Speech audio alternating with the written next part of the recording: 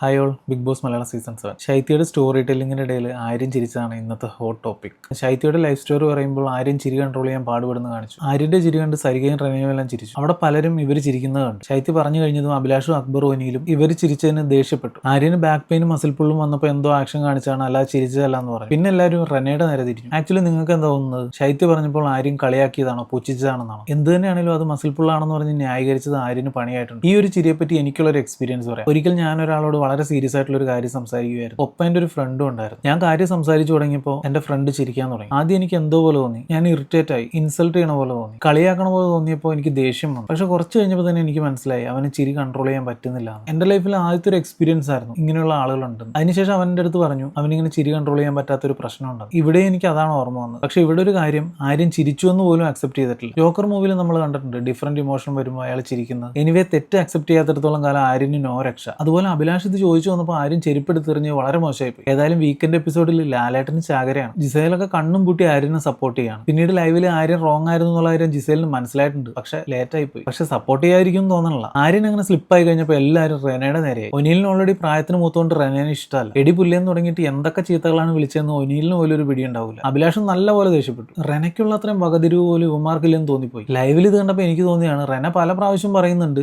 ആര്യനാണ് ചിരിച്ചതെന്ന്. അപ്പാനിയും പറയുന്നുണ്ട്. എന്നിട്ട് ഇവന്മാരെന്താ ആര്യന്റെ അടുത്തേക്ക് ചെല്ലാത്തത്? അവിടെ ഇതൊന്നും കണ്ടില്ലല്ലോ. റെനയാണെങ്കിലോ ഒനിലിന്റെ മൂക്കിന് താഴെ പോയി നിന്നിട്ട് അവരെന്തെങ്കിലും പറഞ്ഞു കഴിയുമ്പോൾ മുഖത്ത് തുപ്പി എന്നാണ് പറയുന്നത്. ആക്ച്വലി റെനയേക്കാളും കൂടുതൽ ചിരിച്ചത് സരികയായിരുന്നു. പക്ഷെ പുള്ളിക്കാരത്തെ അവരോടൊക്കെ സംസാരിച്ച് നൈസായിട്ട് അതിൽ നിന്ന് രക്ഷപ്പെട്ടു. എനിവേ ആര്യന്റെ ഗെയിം ഏകദേശം തീർന്നിട്ടുണ്ട്. ഇനിയൊരു തിരിച്ചുവരവ് ഉണ്ടാവും എന്നറിയില്ല. അതുപോലെ ആര്യനെ സപ്പോർട്ട് ചെയ്ത ജിസേലിനും പ്രശ്നമാണ്, നെഗറ്റീവ് ആവാൻ സാധ്യതയുണ്ട്. ഏതായാലും 2 ദിവസമായിട്ട് ജിസേലിനും ആര്യനും കോളാണ്. ചർച്ചകളൊക്കെ തൽക്കാലത്തേക്ക് ഒതുങ്ങിയിട്ടുണ്ട്. ബാക്കി വിശേഷങ്ങളുമായി പിന്നീട് കാണാം. താങ്ക്